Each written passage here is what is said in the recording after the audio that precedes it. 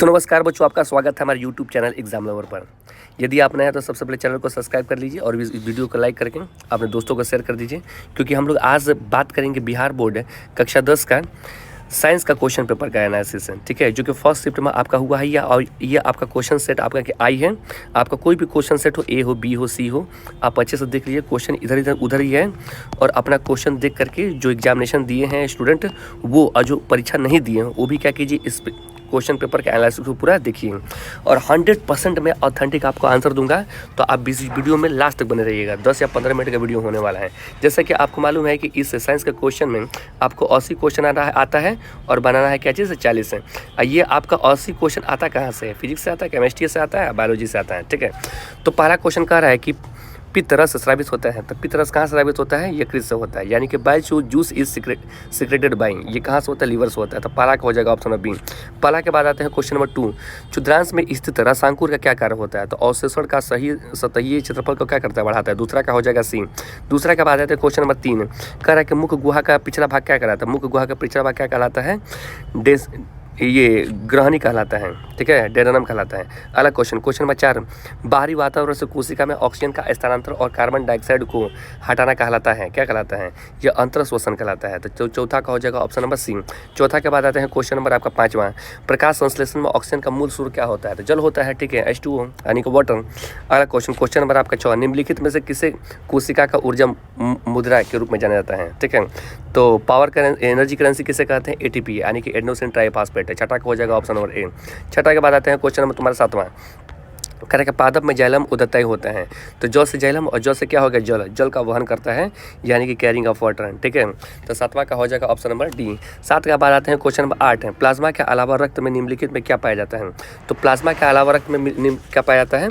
तो प्लाज्मा के अलावा रक्त में क्या पाया जाता है?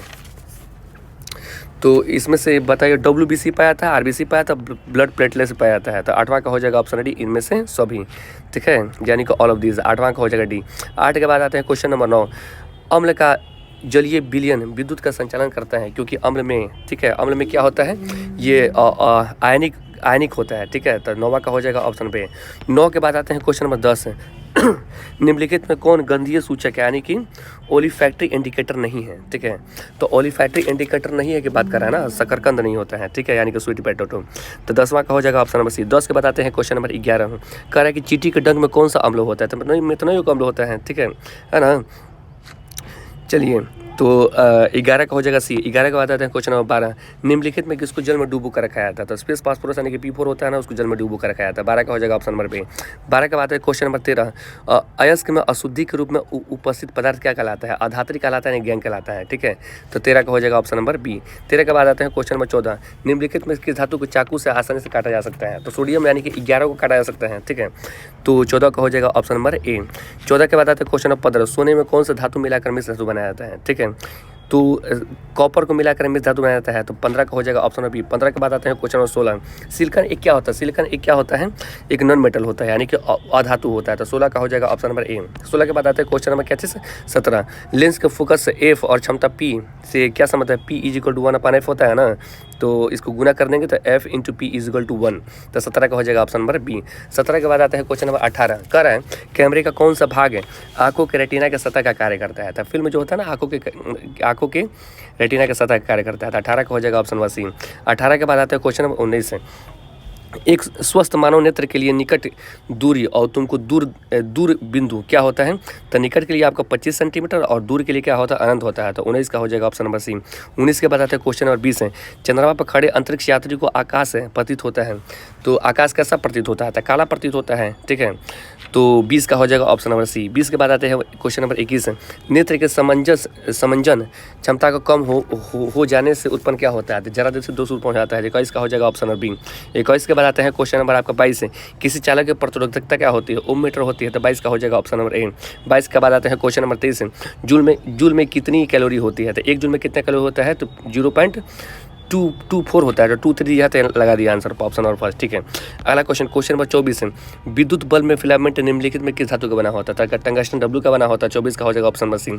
24 के बाद आते हैं क्वेश्चन नंबर आपका 25 है, कि सूरा अवस्था में होने वाले परिवर्तन क्या कहते हैं? तो प्यूबर्टी कहते हैं। ठीक है, 25 का हो जाएगा ऑप्शन नंबर सी। 25 के बाद आते हैं क्वेश्चन नंबर 26 है, निम्नलिखित में कौन परिवार नियोजन साधकों में प्रयुक्त एक प्रभावी उपाय है? ठीक है, डायफ्राम भी होता है, कॉन्डोम भी होता है, कॉपर टी, लूप, इनमें से क्या हो जाएगा? सभी। 24 का हो जाएगा ऑप्शन नंबर डी।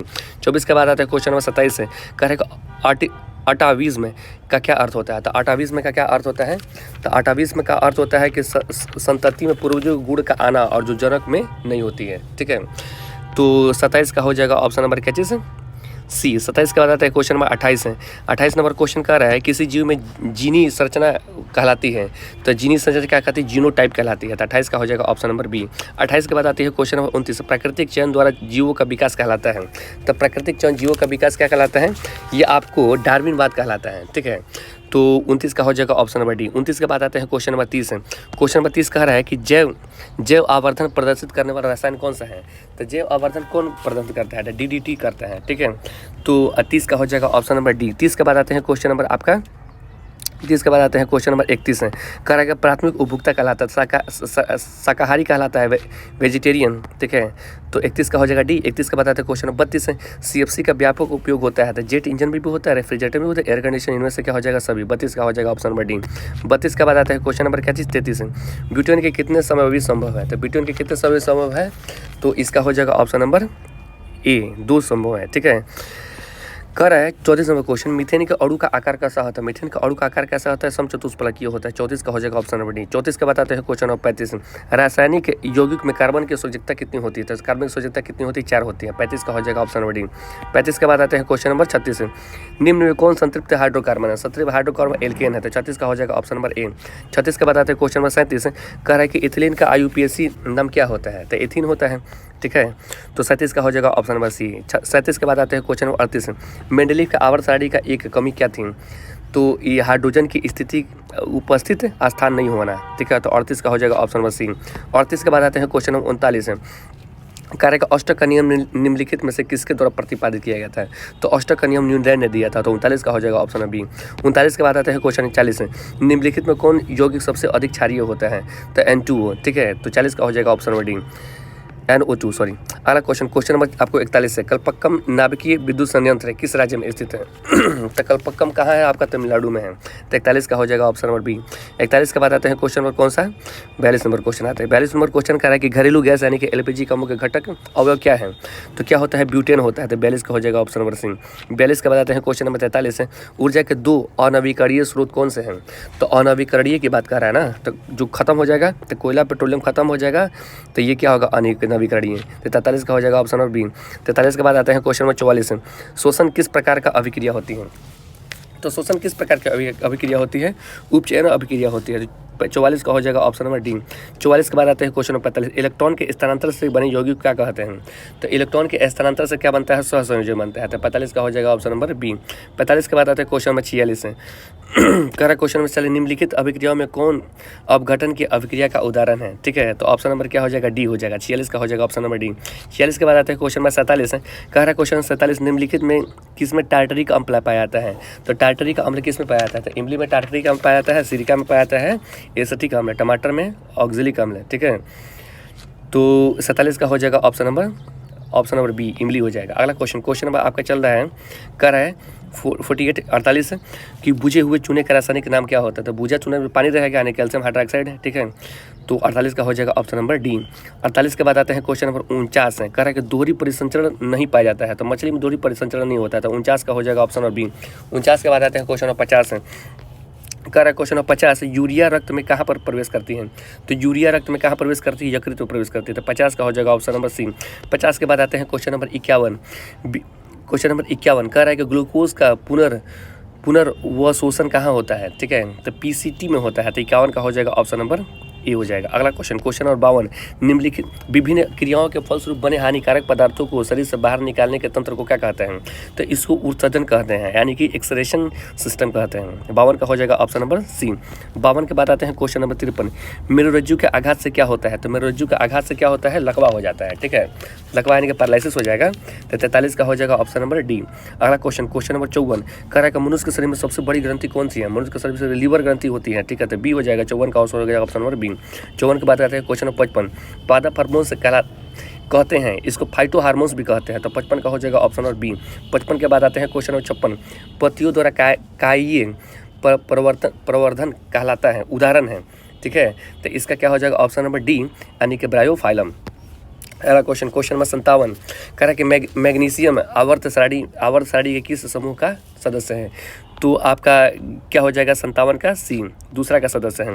अगला क्वेश्चन, क्वेश्चन नंबर 58 आवर्त सारणी में कितने आवर्त होते हैं? तो आवर्त सारणी में आपको आवर्तों की संख्या करा के 7 होते हैं। ठीक है, ऑप्शन नंबर क्या हो जाएगा डी। अगला क्वेश्चन, क्वेश्चन नंबर 59 निम्नलिखित में कौन जल संचय का प्राचीन विधि नहीं है? नहीं की बात कर रहा है ना, तो बताइए ईरस नहीं है। ठीक है, तो ऑप्शन नंबर क्या हो जाएगा 59 का डी। अगला क्वेश्चन, क्वेश्चन नंबर चलते हैं 60 है, कह रहा है कि टिहरी बांध निर्माण का उद्देश्य क्या था? तो बिजली उत्पादन भी था, भूमि सिंचाई भी था, जल आपूर्ति, इनमें से क्या हो जाएगा सभी, यानी कि ऑल ऑफ दिस, यानी कि 60 का हो जाएगा ऑप्शन नंबर डी। 60 के बाद आते हैं क्वेश्चन नंबर 61 है, कह रहा है कि अवशिष्ट प्रबंधन की नई अवधारणा क्या है? ठीक है, तो पुनर्चक्रण, तो 61 का हो जाएगा ऑप्शन नंबर बी। 61 के बाद आते हैं क्वेश्चन नंबर 62 है, निम्नलिखित में नवीकरणीय संसाधन कौन है? तो नवीकरणीय संसाधन, इसमें कोयला भी है तुमको, नहीं, तो वन क्या हो नवीकरणीय संसाधन होता है। ठीक है, पेट्रोलियम और कोयला तो नहीं है, तो नवीकरणीय संसाधन क्या है? वन है। ठीक है, अगला क्वेश्चन, क्वेश्चन नंबर 30 निम्नलिखित में कौन बायोगैस का मुख्य घटक है? तो बायोगैस का घटक कौन है? मेथेन है। ठीक है, मेथेन है कि CH4। अगला क्वेश्चन, क्वेश्चन नंबर 64 है, कह रहा है कि पेप्टिक अल्सर हो सकता है। ठीक है, तो लंबे समय तक अगर भूखे रहिएगा ना तो पेप्टिक अल्सर हो जाएगा। तो 64 का हो जाएगा ऑप्शन नंबर सी। 64 के बताते हैं क्वेश्चन नंबर 65 है, हवा में स्वतंत्र रूप से लटकाया हुआ क्षैतिज चुंबक हमेशा आराम की स्थिति में रहता है, तो ये उत्तर दक्षिण रहेगा, नॉर्थ और साउथ पोल में रहेगा। तो 65 का हो जाएगा ऑप्शन नंबर सी। 65 के बाद आते हैं क्वेश्चन में 66 है, यदि एक विद्युत धारावाहिक तार के समीप कंपास रखा जाता है तो क्या विक्षेपित हो जाता है? 66 का हो जाएगा ऑप्शन नंबर ए। 66 के बाद आते हैं क्वेश्चन में क्या चीज़ 67 है, कह रहा है कि फैराडे ने बहुत से क्रांतिकारी खोज किए जिसमें शामिल हैं तो विद्युत चुम्बकीय प्रेरण भी है और आपका क्या है विद्युत अपघटन का नियम भी है। तो 67 का हो जाएगा ऑप्शन नंबर सी। ठीक है, 67 का हो जाएगा ऑप्शन नंबर सी। 67 के बाद आते हैं क्वेश्चन नंबर क्या चीज़ 68 है। क्वेश्चन नंबर 68 कह रहा है कि विद्युत मोटर परिवर्तन करता है, ठीक है, विद्युत ऊर्जा को यांत्रिक ऊर्जा में, तो 68 का हो जाएगा ऑप्शन नंबर बी।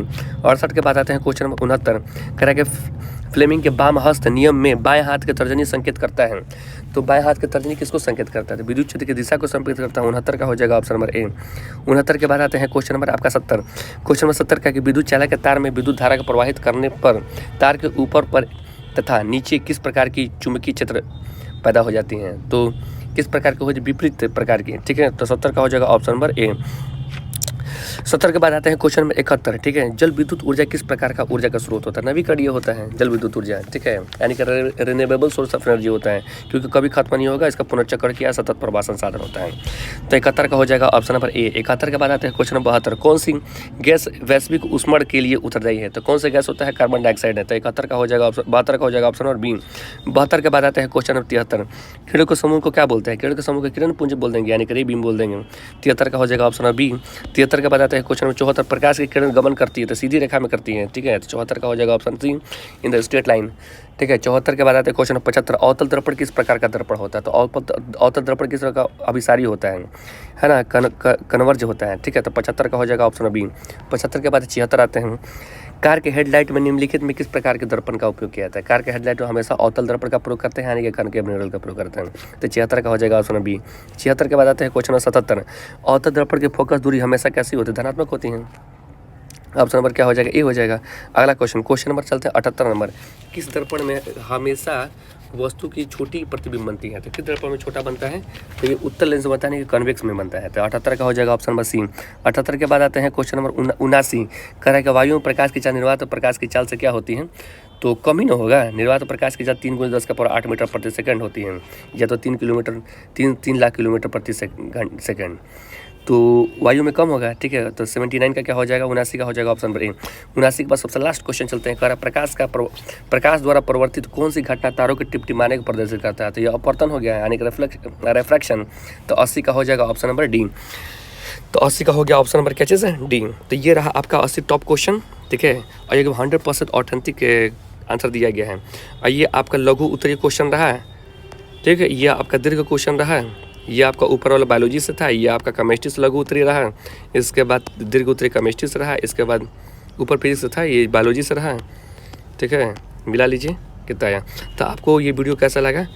अगर अच्छा लगा तो अपने दोस्तों तक शेयर कीजिए। एग्जाम लवर यूट्यूब चैनल को सब्सक्राइब कर लीजिए, ताकि हमको मोटिवेशन मिले और अच्छा आपको वीडियो क्या करें बनाएं। ठीक है, थैंक यू, धन्यवाद।